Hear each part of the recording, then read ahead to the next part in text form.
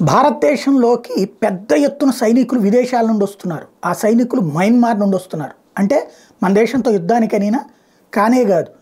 వాళ్ళ దేశంలో సైనిక పాలన నడుస్తుంది. ఆ సైన్యం మీద ప్రజలు తిరగబడుతున్నారు.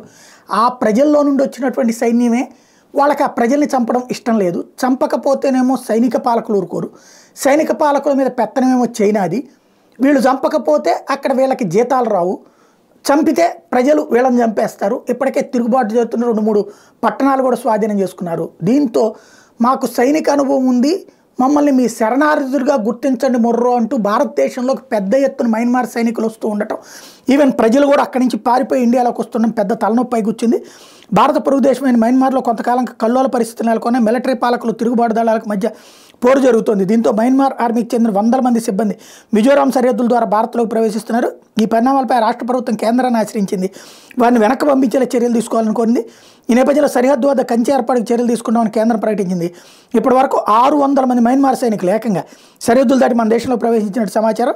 రెబల్ గ్రూప్ అరాకన్ ఆర్మీ తమ శిబిరాలను స్వాధీనం చేసుకోవడంతో వాళ్ళంతా మిజోరాంలో లాంగ్క్లాయ్ జిల్లాలో ఆశ్రయం పొందుతున్నారని ప్రభుత్వ వర్గాలు వెల్లడించినాయి. ప్రస్తుత పరిస్థితులపై ముఖ్యమంత్రి లాల్ దుహోమా కేంద్ర హోంమంత్రి అమిత్ షాకి వివరించారు.